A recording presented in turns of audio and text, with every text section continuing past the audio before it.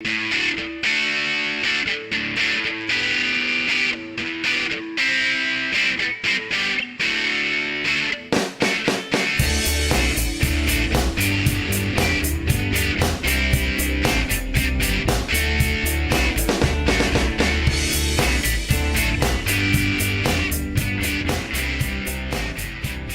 hello there, and welcome to a special holiday edition of Stories from a Bar. You like that? That's my sexy Christmas voice. We're about to put that jingle jangle in your dingle dangle. I like that. That's good. That was creepy, even for me. It's a little awkward, but that's how we're going to cozy up by the fire. That's how we're going. We're right next to a fireplace. I'm your host, Chris Osborne. I'm hanging out. Yes, hanging out with me for this episode is Anthony Rossi, returning guest and host of Videgame Crosstalk, the podcast. Round two. Record. How are you doing on this fine day, sir? I'm doing okay. The holidays are in full swing right now. They are. In the at the homestead, and actually, it's kind of a funny story. You were running a little late on me today. Yeah, oops. So I've been drinking a little more than I had originally planned. And that's how the good stories start to come out. I'm not complaining, though. It's really worked out for the best. Yeah. I'm feeling pretty good. Excellent. So first off, thanks for hanging out with me again. I'm referring to this... As I'm taking another swig of beer. I'm referring to this as the Great Stories from a Bar Christmas Spectacular. That's right. It's a holiday edition. Yeah, we'll go with that. Yeah, we'll go with that. And for this episode, we are hanging out at another one of my favorite places in Albany here, the Olde English Pub, right here, of course, as I just said, in Albany, New York.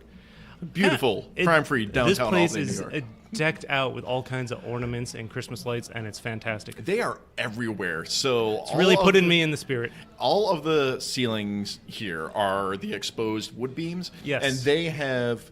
I mean, there's no less than 100 ornaments in the hanging from this ceiling And that alone. is a conservative estimate as we hang out upstairs. And we're in the upstairs, so there's a downstairs as well, which is a much larger floor space. Yes. And it is equally as dense.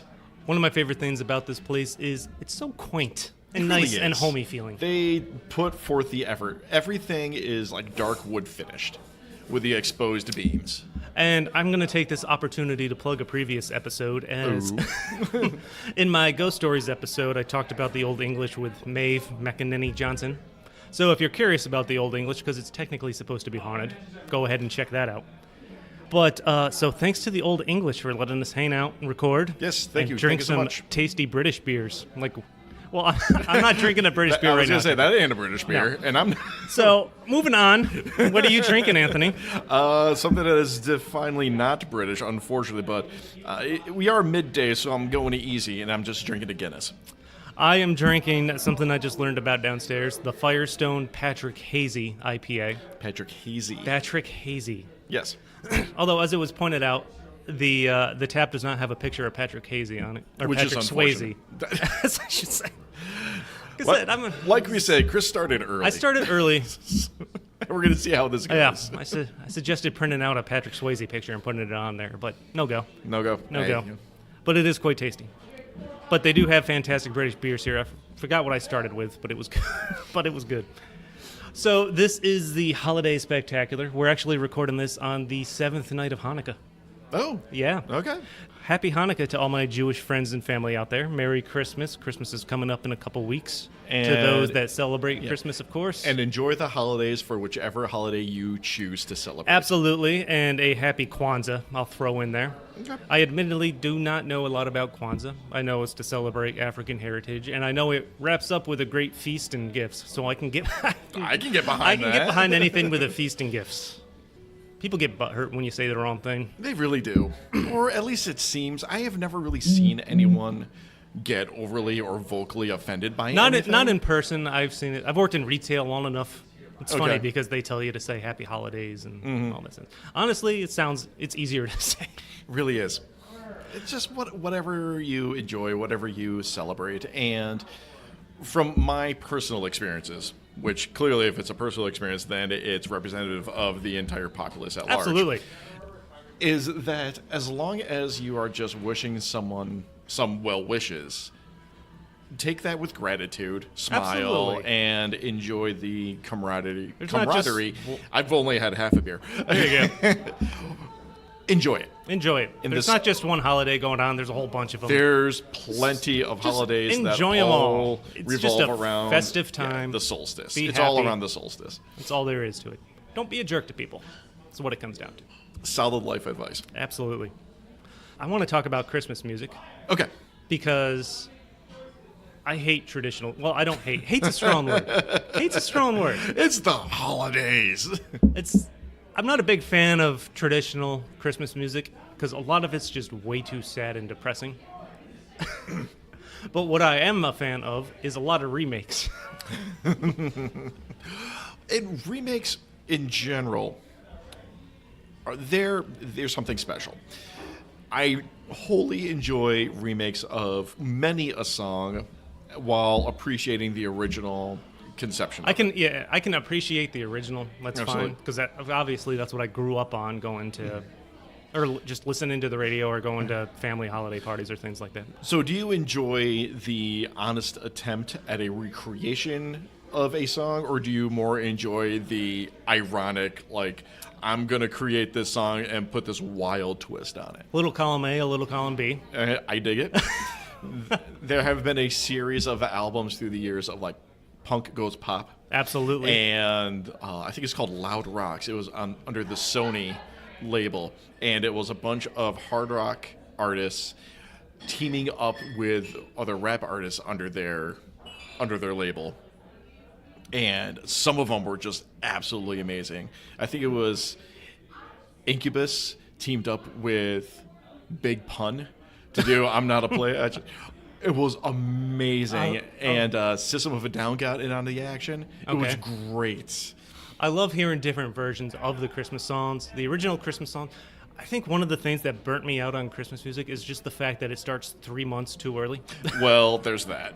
Yeah, I avoid it until at least Thanksgiving. Well, Thanksgiving is not Christmas, and I want to throw that out there. And people treat it like it's Christmas round one. It's Christmas pregame, I suppose. It's like pre-gaming before going out for the night. First off, you start seeing all the Christmas decorations way before before Halloween. Before Halloween, you can find Halloween. Christmas decorations easily. There was a time where I was working a second job. I hated it, but got bills to pay. I know that. Yeah, me too. And I was getting to the point where I was ahead enough on my bills and paying enough of my bills off, or enough of my debt off, where I would be able to quit my second job at a particular retail chain. And I told them that, I know the retail chain, but we won't speak of it. We don't need to speak of it. It is a well-known retail chain. And I'm getting to the point where I'm getting close. And I tell them that I just got a raise at my day job, and I'm going to be able to drop this second job. It's a great feeling when you can afford to great. drop a second job. Oh, it was fantastic. But it was just before the holidays. So rather than just giving them a 2-week notice, I gave them like a 3-month notice, because working the math out. Very considerate. Because it's retail at a department store that has a toys and electronics department. Oh, God, I always used to fear working on Black Friday. Yeah, it was terrible. So I told them, like, here's what's going on. Here's the financial situation. It's all going to come around the same time. So either one of two things are going to happen.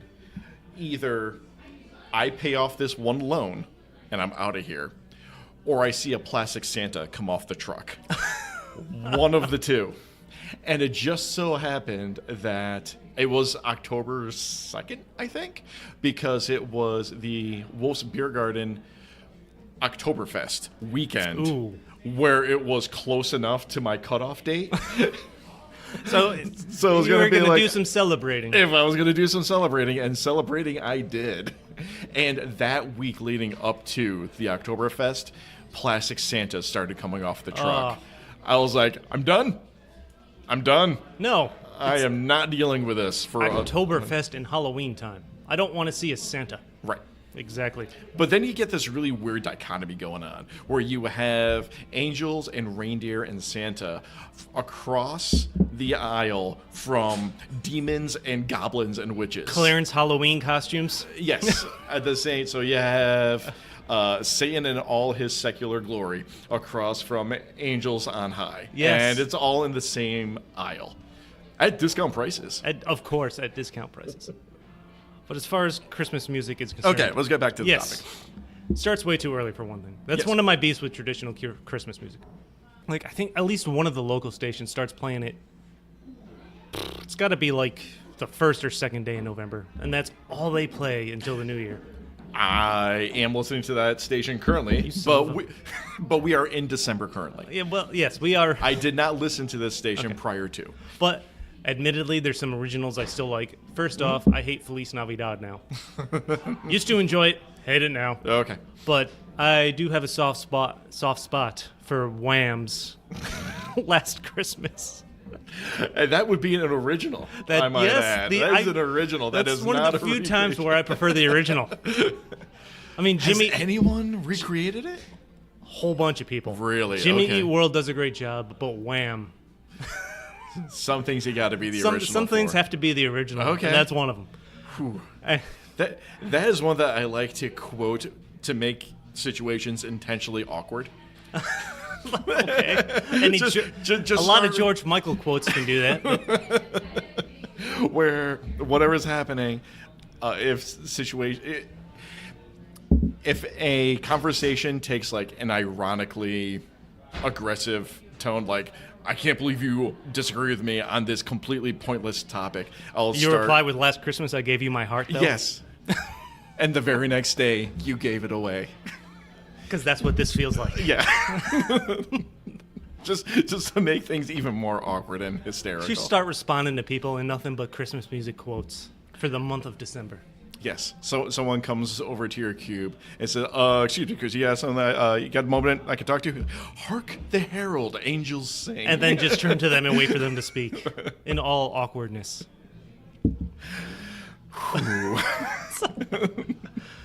And then, I don't know what Christmas music you're into. We did discuss one album in particular, which we'll get to in a bit. Okay, we're going to save that one. But one of the others that I just listened to recently, which I know I have not listened to in a couple years, was the Dan Band's I Want to Rock You Hard This Christmas.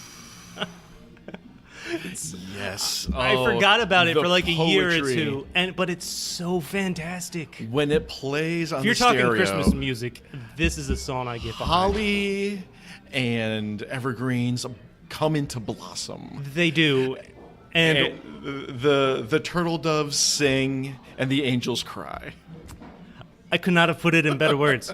I mean, when you have a line like, I want to fill your stocking with my candy cane of love, I feel like you are on to something. Indeed.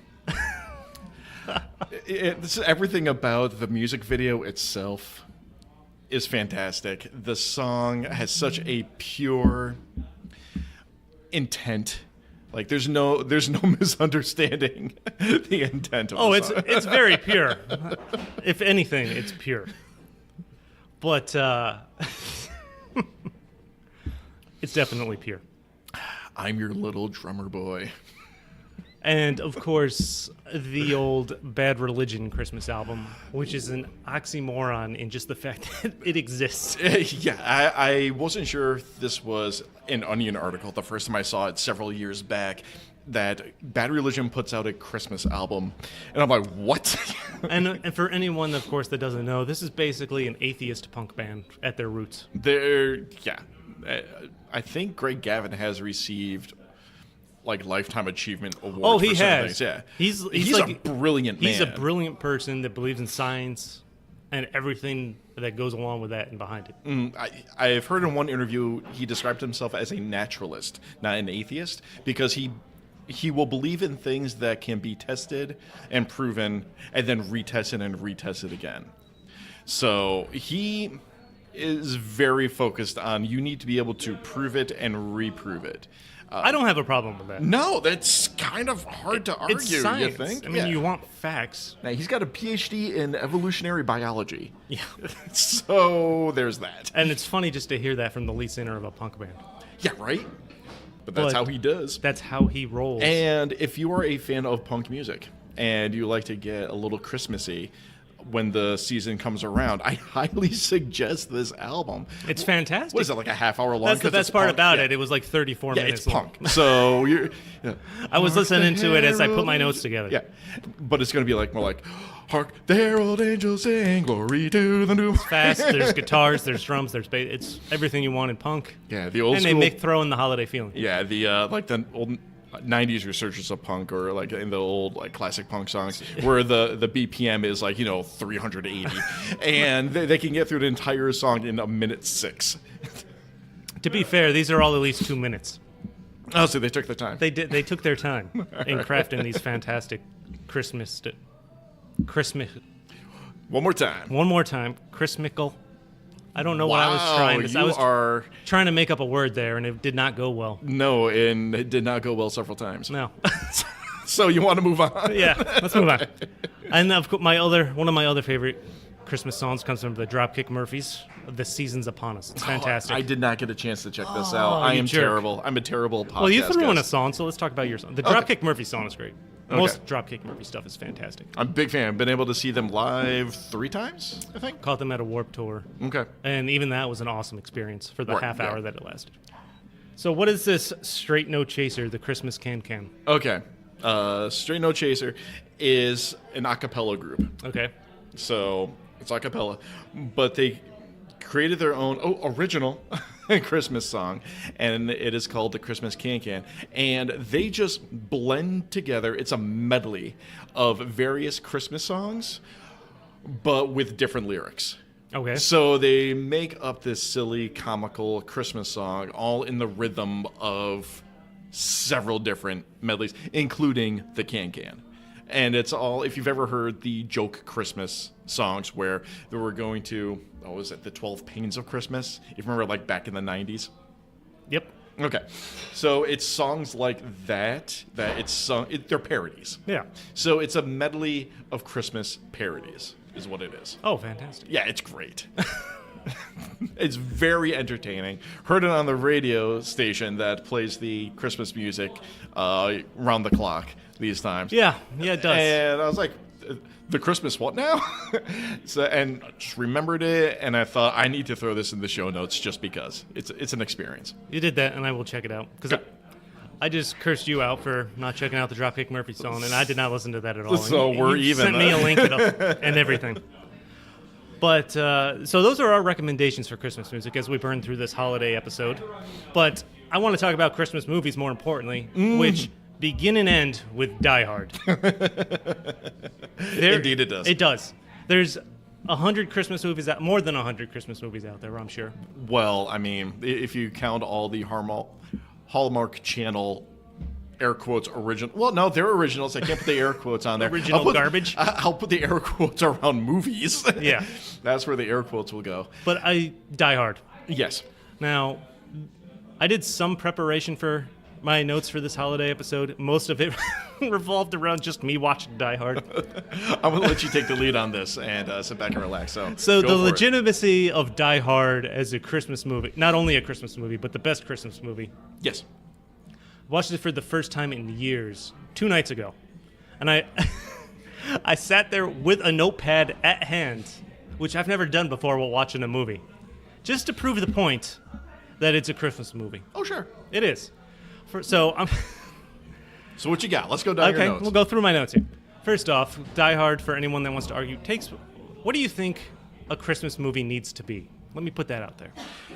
A Christmas movie first needs to take place during the season of Christmas. Die Hard takes place exclusively on Christmas Eve. Exclusively on Christmas Okay. Eve and only Christmas Eve at a Christmas party. And there are Christmas decorations everywhere. There are all throughout their office. There is snow on the ground. It does start snowing at one point, I think. At the very end, after the building explodes, technically paper is raining down and it looks like snow. Okay. I'm using that for my argument here. It doesn't always have to snow. Well, yeah, it depends on the location. It does. Not everything has to be centered in New York City in the Northeast. It doesn't necessarily. New York. It doesn't snow in New York every day in the winter. No. In fact, the sun is out on this bright and shiny December Sunday. Yeah. So it needs to take place during the Christmas season. We need to have some semblance of snow. Yep. We have the Christmas decorations. We have a party. There is we a have party. a Christmas party. And we need to have the main characters be in love at the end. And that happens because it's Bruce Willis basically trying to win back his wife. So a story of redemption. It is. Admittedly, a lot of the Christmas references and scenery happen in the first 15 to 20 minutes or so of Die Hard. Mm-hmm. But there are a handful of references throughout it. There is a ho ho ho. There is a ho ho ho. Written in red. Written in red. Does not matter that it was written in blood or that it was followed up with, hey, I have a machine gun now. There are occasional Christmas tunes throughout the movie. One guy is humming a Christmas song. Very, very holiday, very festive. It's very festive. Most of the music you hear throughout the movie is Christmas related. When Bruce Campbell gets picked up, I said Bruce Campbell. Got someone on your mind? I do. Bruce Willis. I apologize. We need to work that as a joke somehow. Is this more Bruce Campbell or Bruce Willis? Bruce Campbell is a personal hero. Yeah, he is. But we are talking about Bruce Willis. Yes. Okay, so Bruce Willis gets picked up by a limousine, and they're playing a hip-hop song in the limo. That's about Christmas. So first off, rap Christmas song. All right, setting the tone. yeah, this is what we're working with. This is what we're working with. He's carrying a giant teddy bear to give to his kids, presumably for Christmas, because it's, once again, Christmas Eve. Because it is Christmas Eve? Yes, okay. Yes. So most of the music you hear, when the end credits roll, the song playing is Let It Snow.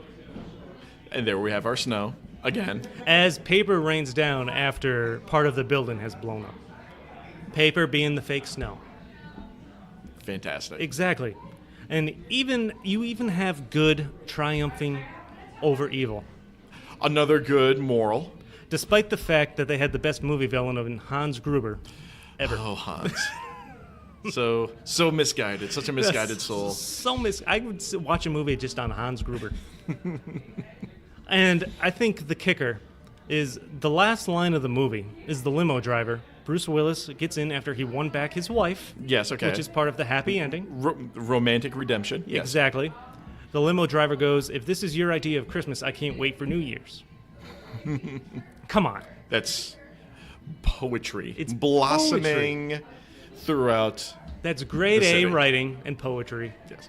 And I don't know what else you need in a Christmas movie. Plus, can we count the limo driver as an elf? We can. Sure. I mean, they named the character Argyle after an ugly sweater. We'll go with ugly Christmas sweater. Ugly sure. Christmas sweater if you want to go for a stretch. Go for the reach, okay. Yeah, let's go for the reach. So Die Hard, the ultimate Christmas movie. Agreed. Confirmed. All right. But the main topic of this holiday podcast is Christmas and weird traditions from around the world. All right. Let's get into this. Let's get into this with the Christmas pickle. So as I sip my Patrick Hazy. Yes. So a Christmas The old Christmas pickle. And I don't mean being in a tricky situation. I mean an ornament or possibly real pickle that you hide in your Christmas tree. Mm-hmm. Apparently in the 1880s, a Woolworths. I should be able to pronounce it. It's hard to pronounce after a few beers. Yeah. So Woolworth, a department store, started selling glass ornaments imported from Germany and somewhere in the shape of various fruits and vegetables. In various fruits and vegetables. Fruits and vegetables. There we go. Yes. Including pickles. You know, I can imagine someone got the idea. We need to just keep pumping out more and more Christmas ornaments. I mean, I was at the mall earlier today, and you have your little pop-up kiosks all over the place. Every store has their version of Christmas ornaments, and you got to keep coming out with new ones every year to get people to keep buying new crap every year. Exactly, and I assume one of the ways they convinced people that it was a hot commodity or to sell it was to convince people it was based on an old German tradition that the pickle was the last ornament hung on a Christmas tree or something like that. And Germany knows nothing of this tradition.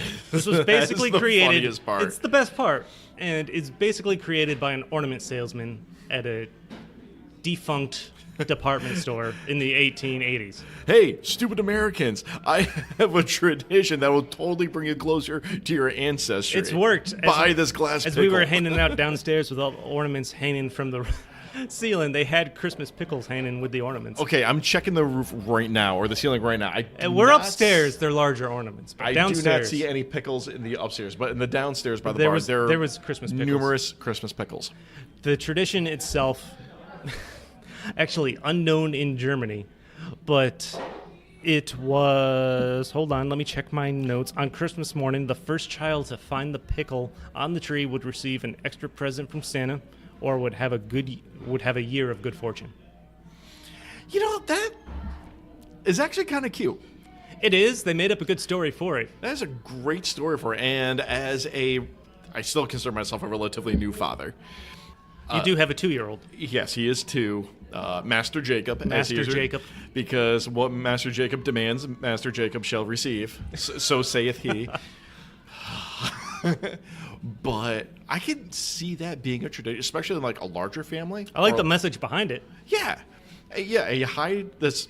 It's funny. This pickle. The old Christmas pickle. You know, the salesman probably knew, like, there's no way in hell I am going to be able to sell. I really feel like you need to specify it's an ornament. Yes. But I can just, like, see this guy with, like, crates upon crates of these glass ornaments of various vegetables. Because, if anything, it's a brilliant marketing ploy. Oh, yeah.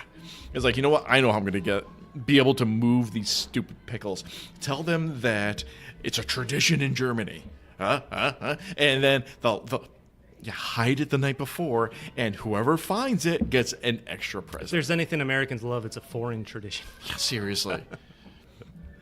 It's funny, as I was looking up more stuff about the Christmas pickle, because I had heard about it before. Okay. I had an idea of what it was about. There's other actual origin stories for it. Okay. Yeah. Let's get into these. Yeah, let's talk about this for a second, because they were actually pretty interesting. One suggested origin has been that the tradition came from Camp Sumter during the Civil War. So, Civil War. This old tradition. Okay. The Bavarian-born Private John C. Lower, however you want to pronounce his last name, had established in the 103rd Pennsylvania Infantry, and I'm reading this basically verbatim, because it's the easiest way to do it. Right. But was captured in 1864 and taken to a prison camp. As the story is told, on Christmas Eve, he begged the guard for a pickle while starving. The guard provided the pickle, which Lauer later credited for saving his life. After returning to his family, he began the tradition of hiding the pickle in their Christmas tree each year. Nice. That's pretty interesting when you think about it. Mm-hmm. I'm curious how... It's amazing how some of these origins get started. Origin stories are fantastic, especially when you start digging deeper and deeper into either like the truth of the matter or various possibilities, particularly when no one really has a hard, like, verifiable fact. No, there's really no way to verify that. My money's certainly on an ornament salesman at Woolworth's. I would totally believe that. Just because I can't think of any off the top of my head, but there's no doubt in my mind that people today just believe the first thing that they're told. Oh, this is the origin of the story. Oh, okay. But so many people believe just what they're told. Right. But my favorite, apparently in Barron Springs, Michigan, it's known as the Christmas pickle capital of the world. So people take this seriously. That is... They used to have parades. I don't know if they still do. That has got to be an amazing parade. A pickle parade? I'm not even kidding. I kind of want to see this. I'll have to look it up more. Okay, well, after this recording, we're going to have a joint effort. We need to find YouTube videos of a pickle parade. A pickle parade. I suspect it's just people dressed as a pickle wearing a Santa hat. Remember, YouTube to look this up. Yeah, absolutely. One of my other favorite traditions that has come along that we've recently learned about in the last year or two thanks to a coworker is the Yule Goat. The Yule Goat's amazing. I suggest for any of you that do not know anything on the Yule Goat to go ahead and look this up because it's fantastic. It's a Scandinavian, mostly Northern European tradition. It's a giant Yule Goat and symbol and tradition, as I just said, in Scandinavia and Northern Europe. It's like, I wrote it down. How big is it? It's like 43 feet tall. Yeah, I was going to say it's huge, but we need an actual number. And 23 feet long. Okay. It's a little different each year, but these are the specific numbers I found. It's this giant goat just made out of straw in Sweden. And it's become a tradition to put this up based on the Advent calendar, whenever Advent starts each year. And unofficial, that's the tradition part, is to put up this giant straw goat for the holidays. The goat itself is the tradition. The goat itself is a tradition. However, the unofficial tradition is trying to burn it down. Because people. Because people are great. And they love a ruckus. No matter what time of year. A little Christmas anarchy. A little Christmas anarchy. Holiday anarchy. Whatever you want to call it. So we'll talk a little bit about let me set up the origins. Because I looked this up, and it's pretty interesting. The Yule goat's origins go back to ancient pagan festivals. Well, a popular theory is that the celebration of the goat, Yule goat, is connected to worship of the Norse god Thor, which I'm a big Marvel fan, and I love the Thor movies. And from what I understand of actual Norse mythos is that Thor is usually described as being, quote, hopping mad. Hopping. So, bringing it back to our beers. Hey! Okay, moving on. Moving on. Thor, who rode the sky in a chariot drawn by two goats. Okay. All right. The Yule goat in Nordic countries today is best known as a Christmas ornament, which we have Christmas ornaments that were handed out at work by this said coworker. Yeah, they're quite nice. I haven't hung it up on my desk. Little straw goats. I keep it up all year round because it deserves to be up all year round. Because it's a little straw goat, yeah. It's a little straw goat. Why wouldn't I have it up all year round? This modern version of the Yule goat figure is a decorative goat made out of straw and bound by large versions of this ornament are frequently... I think I skipped a line there. Yeah, there's a little something on it. Yeah. Are bound with red ribbons, a popular Christmas ornament found around or on the Christmas tree. Large versions of the ornament frequently erected in towns and cities around Christmas time. A tradition started by a town in Sweden called Gavle. I'm not sure how to pronounce it. Gavle. Yeah, I was going to say good luck trying to pronounce certain Scandinavian words. But all that beside, it started building this giant Yule goat in about 1966. And some of the ways it's been burnt down have been fantastic. Let's read them off. I only took notes on some of the highlights. So these are the highlights. These aren't every year, but these are the top methods. So some of the funniest parts have been about burning the goat down. Right. With a record basically of it being burnt down in the same day. Because as we said, this little Christmas anarchy for the season. I did read it takes about 2 days for them to actually put the goat together. And from what I was reading, it seems like it's varied in size a little bit from year to year, but it's always been certainly over 40 feet tall and 23 feet long or so. But as of December of last year, 2017, I read this, and this is actually amazing. The goat has been damaged, burnt down 37 times since 1966. That's 51 years. Okay.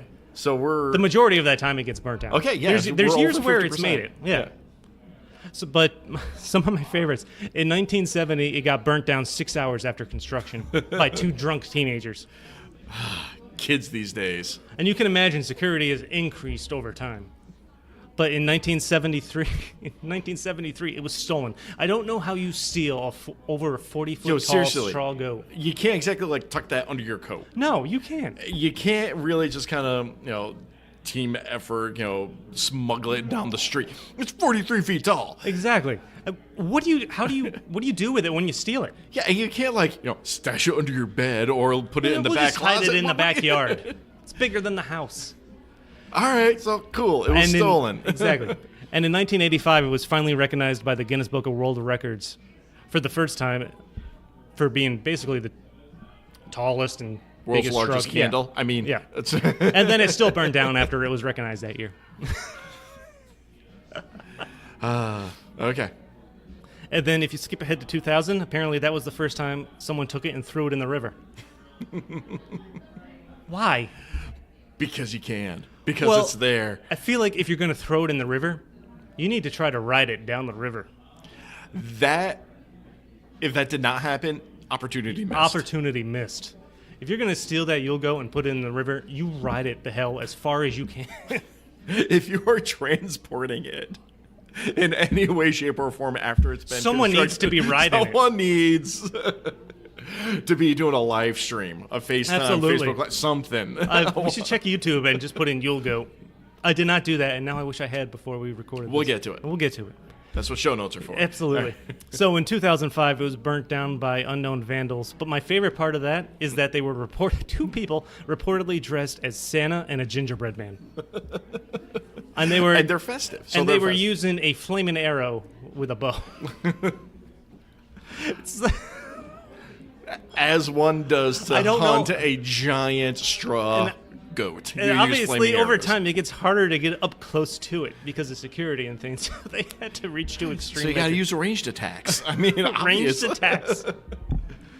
In 2009, for added security, the goat had 2 online webcams, so they started monitoring this thing.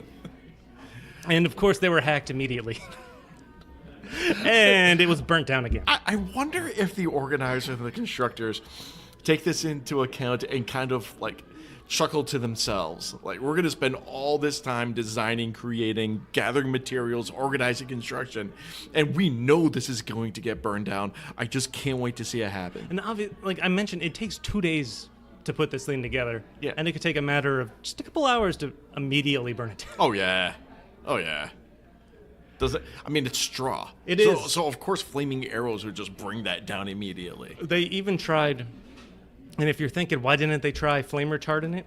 They did. And it wasn't good enough. The anarchy will not be contained. No, it's still burned down. So apparently there's not a flame retardant strong enough for a 40-foot tall straw goat. And in 2016, it was destroyed by an anarchist equipped with petrol on its inauguration day again, just hours after its 50th birthday party. Oh my God. Can you imagine celebrating a 50th anniversary and then just watching it go up in flames? By an anarchist. Like I said, there's some Christmas anarchy going down. There was one point where they started building two of them. Okay. And the 50th anniversary was one of those where they had 2. So it was replaced by the replica built by local high school students. That was later hit by a car. And that was 2016. Oh, man. So it's not just fire bringing this thing down. The gods have frowned upon it. They have. And now it's circulated by like 2 different fences, cameras, guards. Or the madness of It's in a high populated area. And if you're wondering, it did make it through last year, and as far as I know, it's still up this year. Okay. Again, with the double fence cameras and guards. So that was the Yule Goat. Yes. Let's talk about one of what could be one of my other favorite traditions, the KFC holiday meal. This is just bizarre. It is, well, bizarre in a great way, yes, if you ask me. Apparently in Japan, Christmas isn't really, well, obviously Christmas isn't really celebrated over there, but Kentucky Fried Chicken is. So, eating KFC on Christmas Eve or Christmas Day over there is apparently a big tradition. Instead of having a homemade Christmas dinner like we're used to, it's a tradition in Japan to have KFC to the point where KFC suggests you order your food 2 months in advance. Oh, jeez. The Colonel's special recipe fried chicken is so popular, the chain the chain asks customers to order it in advance, but lines will back out the door and around the block. Mm-hmm. And this apparently has been going on since like the 70s. Like, I don't, why? Just for visitors who wanted a dinner resembling a traditional holiday meal. Which, if that's what foreigners think about us, they're probably not that far off. Yeah, you know, hold on a second. I'm trying to look something up because I was having a conversation with another coworker. Actually, he was on the podcast. It was Mike Townsend. Good old Mike. And we have a listener suggestion from him later on. Oh, dear God. That's what I said. Let me see. Because there's a term for like, oh no, wait, that's just the person's online handle. There's a term for like comically misrepresenting another culture, and I think that's what this is. Because I can the way that Americans have screwed up every other culture into what we think is common. For instance, St. Patrick's Day. Yep. Start with that. Just basically wake up, drink until you fall asleep. Well, in America, it's For America? for America. Yeah, it's drink until you cause riots in the streets and Yeah. Not that there's anything wrong with that. America. Let me put that out there. But there's a term for like comically misrepresenting or misunderstanding a particular culture, and I can't think of the term right now. But like, I can't imagine any other reason why someone would want to, why an entire culture would go to KFC and just gorge on fried chicken. I do not need It's an amazing. excuse to gorge on fried chicken. No. I'll just put that out And there. I'll pass a KFC on my way home, and I'll think about it. But I have plans for dinner. My arteries can't take that kind of abuse anymore. No, I'm getting older. And I mean, I have nothing against it. It's just No, for an not at all. entire culture, It's an entire funny. society to go, you on Christmas, Americans go out and get KFC. Like what? That's, What percentage of their sales happen on that day? I don't know. I didn't have any hard numbers, but just reading about it makes you sound like it's some kind of unimaginable craze. Like, I love fried chicken as much as the next person from a trailer park. But that's we don't not really make- a Christmas tradition. But for Japan, it is. Okay, all right. Well, But moving so on, be it. so be it. Whatever makes you happy. Indeed, And apparently, yes. in this case, And it's trans fats. deep fried, golden, Goodness. 11 herbs and spices. That's all it Delicious, takes to make delicious. someone happy, apparently. I'm gonna keep rambling on. Go ahead. One of my other favorite worldly traditions I came across, and I'm not sure how you pronounce it, but this is in Spain. So you've heard of Elf on a Shelf. Everyone in America, most of the people in America know Elf on a Shelf. A little elf you put around. Yeah, It's and- annoying as shit. Yeah, I've actively avoided that, and I don't know if that's going to Yeah, be a absolutely. tradition in our house. Probably No, not. that's a good way to raise your kid. Yes. Not making Elf on a Shelf a tradition. I don't have a kid, but You could just agree. throwing parenting advice out there for no reason whatsoever. All right. But Elf on a Shelf in Spain, apparently they have, and I really hope I'm pronouncing this right. El Caganer, I can't pronounce this. El Swing your laptop over here. Caganer, Where am I looking? Caganer, Hold on. right there. Intoxicated fool. Hold on. It's Moving, nothing- moving the microphone. Well, it's looking like Caganer. Cogner, let's go with that. Okay. I'm probably butchering it myself. I After spelled it just- out, so Okay. anybody that wants to try and look it up, they can look it up there. This is one of my favorite traditions I stumbled across. Instead of Elf on a Shelf, they have this El Cogner, Okay. the most important holiday figurine in Spain, even if it is a little obscene. A little. A little. Just a little. Just a skosh. Okay. Just a holiday skosh. The male figurine's name is translated literally to the defecator. Which makes sense since the porcelain doll, which is the porcelain doll, it's a porcelain doll basically of a knight squatting with his pants down and taking a dump. I just had an amazing epiphany. I'll let you continue. The exact legend of how this tradition got started is unknown, but the legend has it that farmers would be punished with a poor crop harvest, and bad fortune if they didn't include a Cagner within their nativity scene. Today, the tradition continues with Christmas markets selling old school Cagners along with all versions of other figurines and whatnot. Is his formal name Mr. Hanky the Christmas Poo? It is not. It's not. I looked it up, and I will post a picture of this Okay. figurine. There's different versions of it. I'll put it on Oh, like of Instagram. course there is. It's literally just like a knight with his pants down taking a crap. Taking a number 2, Okay. as the description says. Yeah, it sounded like when you were talking about a bountiful harvest and whatnot. Like, okay, so it sounds kind of like a fertility thing or a harvest thing because that manure is legit Manure is good for fertile. your crops. Right. That's not even a debatable. Well, let's put thing. that out there. Animal manure is good for your crops. Is human manure? No. No, seriously, it's the wrong pH. There we go. So, So It's maybe not it the is grizzly. poison for their crops if they don't put this out. well, then there you go. Perhaps Spain has bountiful crops.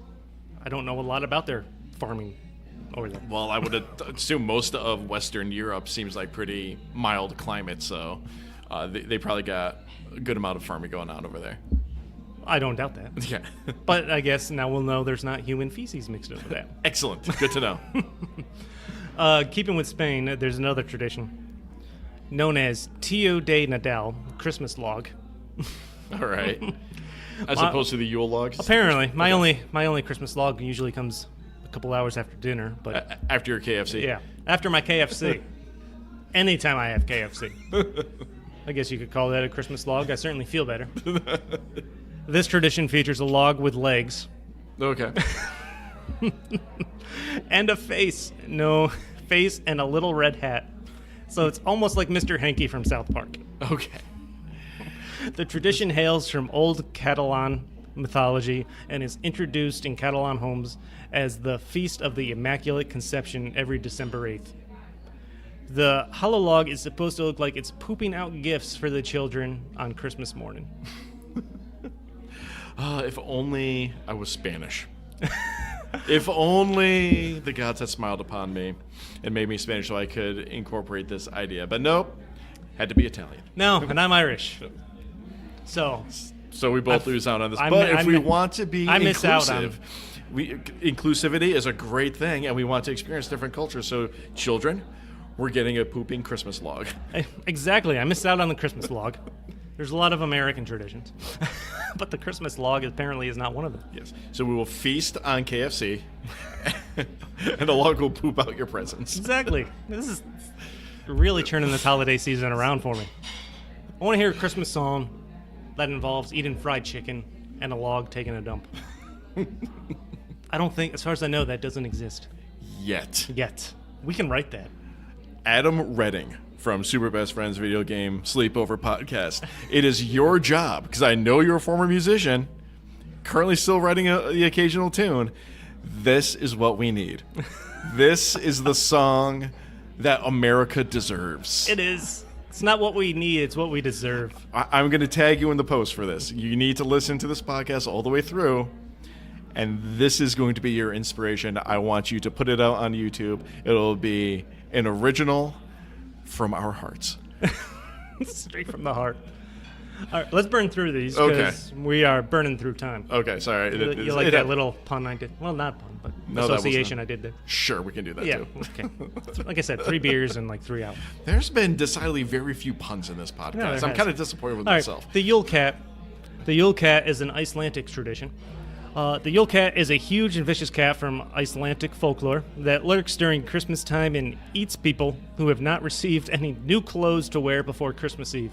That seems pretty harsh. Wow. I imagine clothing companies do quite well over there over the holidays. It's the poor children where the parents are like, no, you're not getting clothes. No. Enjoy being eaten by a giant cat. Exactly. It began as a threat used by farmers as, again, back to the farming. Yep. Used by farmers as an incentive for their workers to finish processing the autumn wool before Christmas, so shaving sheep. Oh my God. That's basically what it comes down to. Wow, the manipulation of the populace. The ones who took part in the work would be exactly. The ones who took part in the work would be rewarded with new clothes, but those who did not would get nothing, but those would be eaten by monstrous cat. I can't imagine how horrific a Nordic cat must be.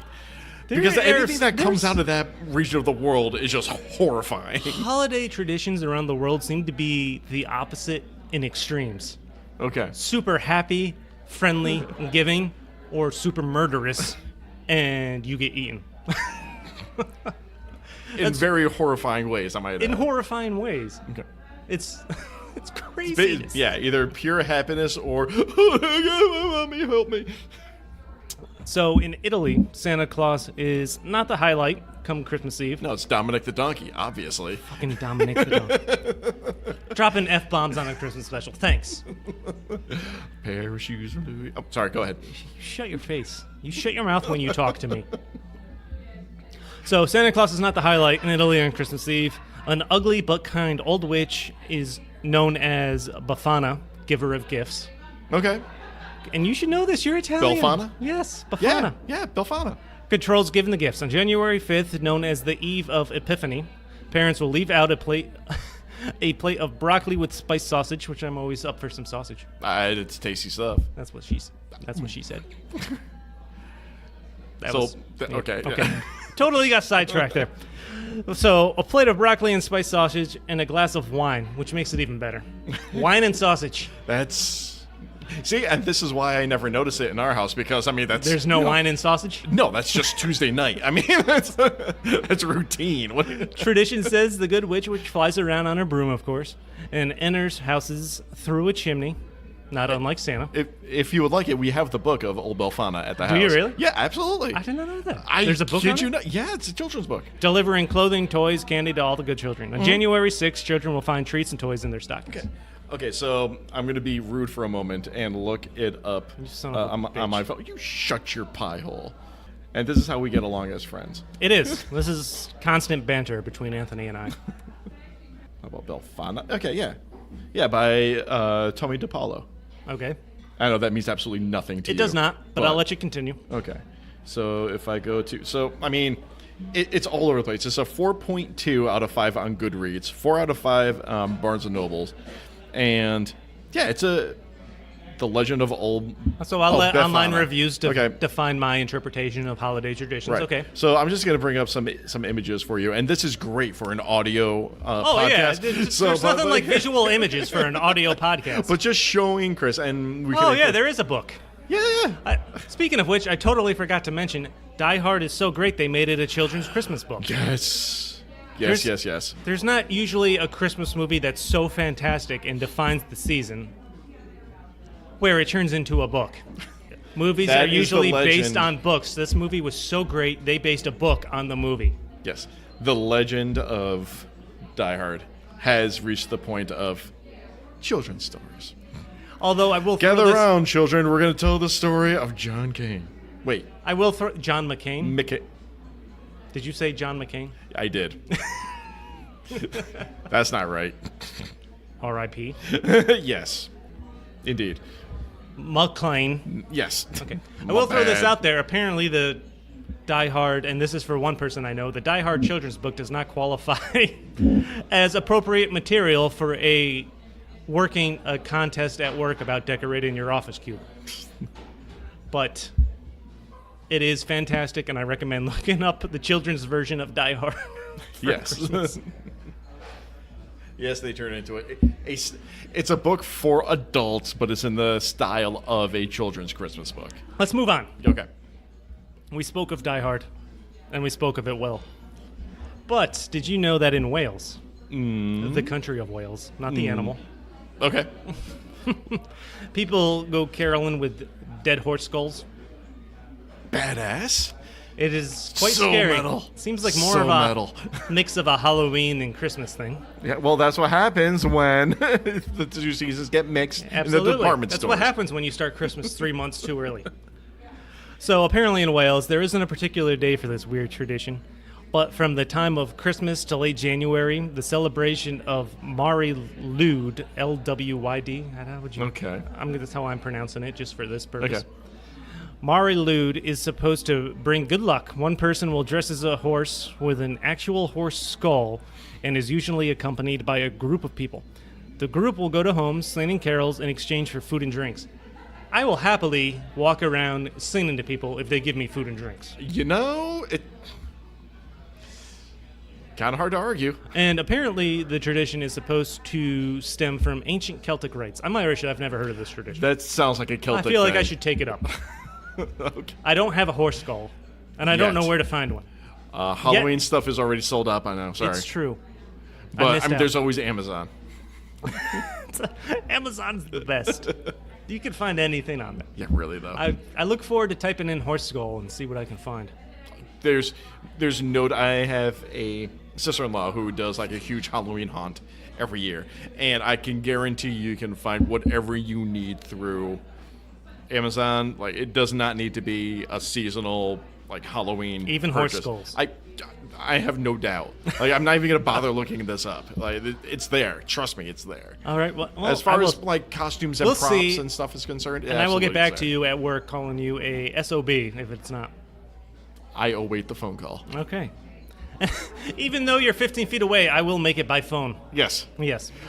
Let's wrap up Okay. existing holiday traditions with one we have to talk about, Krampus. Yes. Speaking of dying and being eaten in horrifying manners, Krampus. The Krampus it's actually pretty interesting. He's popped up in American culture a lot over the last few years. probably Seems like, decade. Yeah, I was gonna say relatively recently. Is this not like a time-honored tradition in the U.S.? And I, in my research, other than watching Die Hard, because sometimes I do research. It's a Central European folklore. Krampus, for anyone that doesn't know, Krampus is a horned, anthropomorphic figure described as half goat, half demon, who during the Christmas season punishes children who have misbehaved. The anti-Santa. Basically. But from what I've read, he's basically pals with Santa. Like, he goes around with St. Nicholas. Okay. Which makes no sense at all. Does he ride a reindeer? A demonic reindeer? I don't know. From my notes and other stuff I looked up, it's basically Krampus is one of the companions of St. Nicholas in several regions. Mainly Austria, Bavaria, Croatia, Czech Republic, Hungary, and others in like Central and Eastern Europe. Does he establish balance in the universe? Probably. So is it one of those things where in order to maintain order and balance, basically, for every Santa there must be a Krampus? If there's a God, there's a devil. If there's a Santa, there's a Krampus. I guess so. That's where we're going. That's so we declare here on Stories from a Bar. I think Krampus is more reasonable than St. Nicholas. Well, you thought getting coal was bad. That's true. American misbehaved children get coal. In other countries, apparently they get taken away by a demon goat. They get taken away by Krampus. If he discovers a particularly bad child, he bundles them into a sack and carts them away, presumably to eat for a midnight snack. Does he ride a Yule goat? Nobody should. A flaming Yule goat. Oh, they should add that to there's like all kinds of holiday cards with Krampus and stuff in like Europe and things like that. I haven't seen any in America, but I would buy them all, and those would be my holiday cards for this time of year. But I want to see Krampus on a Yule goat. Are you kidding me? If you saw Internet, this needs to happen. If you saw a Krampus, half goat, half demon horned figure coming at you, riding a flaming 40-foot tall goat made of straw, I need to commission this. I need to find some of the contacts on the internet that I've made over the past few years. I need this commission. I want to throw this out there if anyone's going to take you up on that. He is apparently usually depicted as also having one human foot and one cloven hoof. Oh, that's twisted. It is. Yeah, that's nightmare fuel there. That's your nightmare fuel. Absolutely. So on top of the horns, extremely long tongue, scary looking beard, basically covered in mostly fur. He has one human foot. One human foot and one demon foot. And one demon foot. Wow. Which is why he should be riding a 40-foot tall flaming goat. Yes. Suck it, Ghost Rider. That's true. It would be better than any Ghost Rider movie that's come out. Yeah. So maybe we can get Marvel in on this. Maybe we can pitch them this idea. This will be our creation. We need backing. Okay. There was a Krampus movie. I feel like we could, if they're wasn't gonna. it terrible though? I didn't see it, and I feel like there's no need. But if they want to write a sequel, I feel like we got some great ideas now. We can make this happen. We can make it happen. Get Jeff Burns on the line. Jeff Goldblum. Oh. I feel like. How about Bruce Campbell? Bruce Campbell. Bringing it full circle, I like it. You like that? Perhaps we can get Bruce Campbell and Jeff Goldblum. It'd be the best movie of all time. It'll be the something of all time. Certainly best holiday movie of all time. Will it dethrone Die Hard? Do we want to dethrone Die Hard? I don't want to dethrone Die Hard, but I want to be up there in the conversation. Okay. Part of the conversation. I can roll with that. Let me put it this way. If I'm on my deathbed and I see Die Hard listed as the best Christmas movie, and the second best Christmas movie is something about Krampus this unholy conversation spawned. Krampus riding a flaming Yule goat, and somehow Bruce Campbell and Jeff Goldblum are the stars, I will have died a happy man. Yeah. This really went sideways. but I feel like we're really onto something. The way the best conversations go. This is what happens 3 beers in. Yeah, it does. The way it's supposed to happen. Absolutely. But let's talk new holiday traditions. Okay. Because I floated this out there, and I talked to some people about ideas they had for new holiday traditions. All right, let's start. I got a few responses, but yours was my favorite. And it came a little too quickly. You said this almost immediately after I asked you if you had any ideas for new holiday traditions that people should celebrate. Christmas dinner is a big tradition. Families gather in to celebrate the holiday. People that celebrate Christmas. I'm like half ashamed right now. But go on. I will let you take on. I really had nothing to go with it, but I just something to the effect. Okay, the best part is this happened at work. So I walk up to Anthony. I go, "Hey, do you have any ideas for what could be a new holiday tradition? I think it would be fun. Ridiculousness does not matter." And what did you come back with? Ceremonial slapping of the ham. The ceremonial slapping of the ham. And I thought about this, and it's absolutely brilliant. Just someone slapping a ham. But a lot of people eat turkey. So does it become the ceremonial slapping of the turkey? The slapping of the dinner meat? The dinner meat. I mean, give it a slap for good luck before you throw it in the oven? Good luck for the new year. Kind of like an attaboy for the animal for sacrificing itself for your delicious, delicious dinner. I like that. Wow, this is actually sounding very homey. You don't slap the turkey on Thanksgiving, but you slap it on Christmas dinner. little attaboy before it goes into the oven. Little attaboy, and good luck for the upcoming year. So every year there's a new ceremonial ham slapper. Who gets to slap the ham this year? Who gets to slap the ham this year? Is it the youngest Which I feel like child? could be misconstrued for anyone not in on the tradition.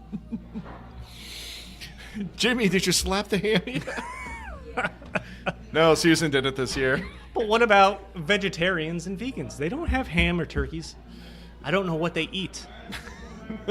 Slapping of the fish? That would be for the pescatarians. The pescatarians? Yes. The slapping of the vegan stuffing. That might get messy. It would. I don't know what vegans eat. What they consume the joy of other people. Perhaps you buy a ham ornament and just slap that. Okay.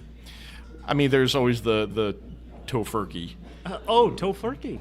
So the ceremonial slapping of the tofurkey. Slapping of the salad bowl. The slapping of the salad bowl. Not to be confused with the ceremonial tossing of the salad. You just took this into... I don't know what you're talking about. You really brought this podcast downhill. Anyway.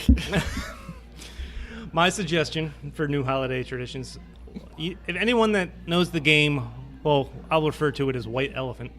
Okay, the white elephant gift. Sure. Where there's multiple people put names in a hat. There's gifts given. You can steal gifts. You get one gift. You buy, I don't know. But I don't know the best way to describe it, honestly. Well... If you're part of a white elephant gift exchange, yes, where you just randomly buy a gift, people draw names out of numbers out of a hat, and you go up and you select a gift. So whatever. The story of the white elephant. So we were talking about this before we started recording, and if you don't know why it's called a white elephant gift, this is the story that I heard and that I'm just kind of holding on to, and I'm going to paraphrase the crap out of this because I don't know every detail of it, and I don't want to pretend like I do. So this is like the gist of the story, and I believe it takes place in India. Okay. To the best of my recollection. So please forgive me if I'm getting the country of origin incorrect. I'll punch him in the face if he gets this wrong, people. Don't worry. He'll do it, too. I will. So the story goes, in India, I think, some stuff goes down, and the gist of the story is that a peasant comes to the aid of a member of nobility. And the member of nobility is super thankful that this one peasant was able to help them out in this like dire need, whatever the situation was, and wants to show his appreciation for the peasant folk. So as a gift, this member of nobility gifts the peasant a white elephant, which is very rare and it's a very sought-after boon. It's the whole good luck thing and everything. It's a rare elephant. It's a huge, expensive gift. And the peasant is very thankful. Like, wow, I can't believe I received such a prized and honored gift from this member of nobility. Peasant brings it home, and now he's got a giant white elephant in his yard. And he's like, what the heck do I do with this thing? And I'm sure other stuff happens, but the gist of the whole white elephant is that you give someone a gift, but it's more trouble than it's actually worth. That seems appropriate. So the idea of the white elephant gift in modern times isn't so much giving someone a gift that is more effort than a sort of like, suppose you give someone, for the sake of conversation, you're giving a boat. Someone a responsibility. Well, say I give you a boat. I will never give you an actual boat. Let's just make that clear. I hate you. Well, I love you too. And I give you this boat. Well, I've always heard about boats. The best day of owning a boat is the day you buy one and then the day you sell one. Well, exactly. So suppose you're living in an apartment, you now have a boat. What the hell do you do with the thing? Or, my wife and I, we do have a house, but we don't have enough room on our property for a boat. What do you do with that thing? Now it's more trouble than it's worth. But in modern times, from what I understand is the white elephant gift is more like a gag gift, where the person isn't going to appreciate it, but the gift is the experience and the moment where they open this thing up and they look at it and go, oh, you son of a bitch. The faked joy. Yes. If you will. So my tradition revolves around getting the worst present in that scenario and being able to punch the person in the face that bought the worst present in that scenario. But see, that would discourage the white elephant. And the white elephant gift I feel like that would make the people fun. involved work harder to find a good gift for whatever price tag they're given. I enjoy the white elephant because it's always an add-on, and you really shouldn't be spending much money for your white elephant gift. But I have done the white elephant gift on several occasions, particularly in previous office grab bags. Yep.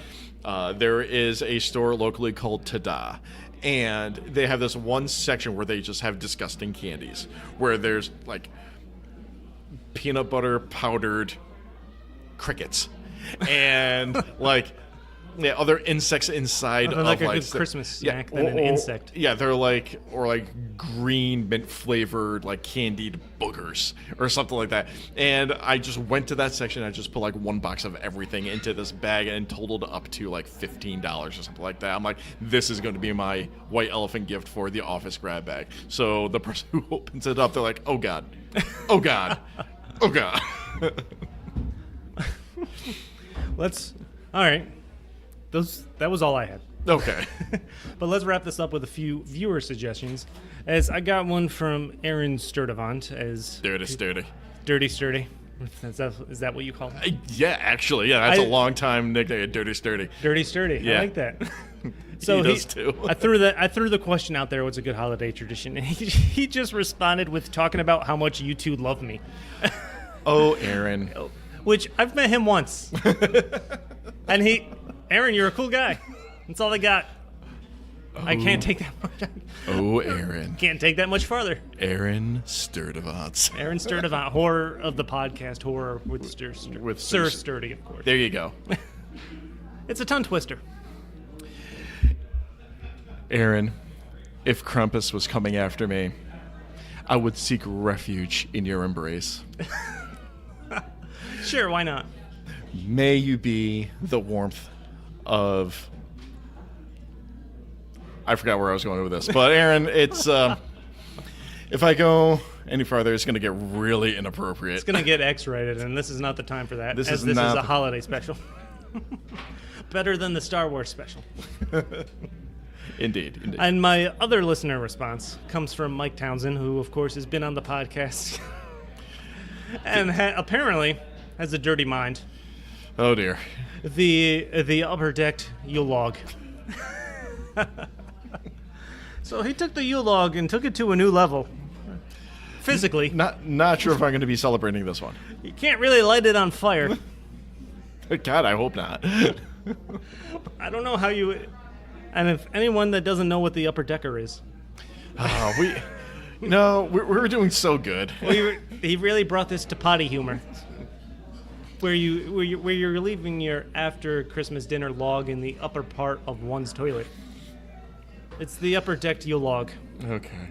I don't know how you make it a Yule log in that scenario. Maybe sprinkle some nutmeg in there. So we can start with that. Put some mistletoe in there. They can't really. How do you hang mistletoe from the inside the tank of a toilet? You eat the mistletoe first. Oh, eat the mistletoe first and then leave the upper decker. Indeed. It's like Christmas corn.